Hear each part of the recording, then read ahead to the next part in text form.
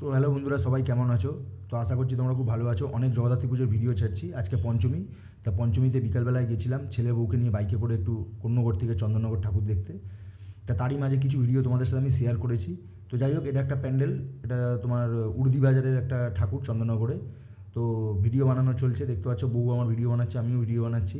তো কী বলবো, এতই মানে সুন্দর হয়েছে। প্রত্যেক বছরেই দেখো চন্দননগরে এই না কি যে সুন্দর হয় না, কিন্তু মানে ভেতরে টিন দিয়ে শাঁখা পলার মতন দেখতে পাচ্ছ কী এগুলো করেছে, এগুলো সব টিনের কাজ। এখানে একটা এই যে এইটা নড়ছে, এটা আবার আমার ছেলে একটু বাজিয়েও দিল। মানে কী বলবো, এতটাই ভালো লাগছে। তা আজকে পঞ্চমী, এখনও পুজো হয়নি, আর মণ্ডপও ঠিকঠাক পুরো এখনও রেডিও হয়নি। অনেক ঠাকুর কিছু কিছু জায়গায় রেডি হতো, বাকি আছে।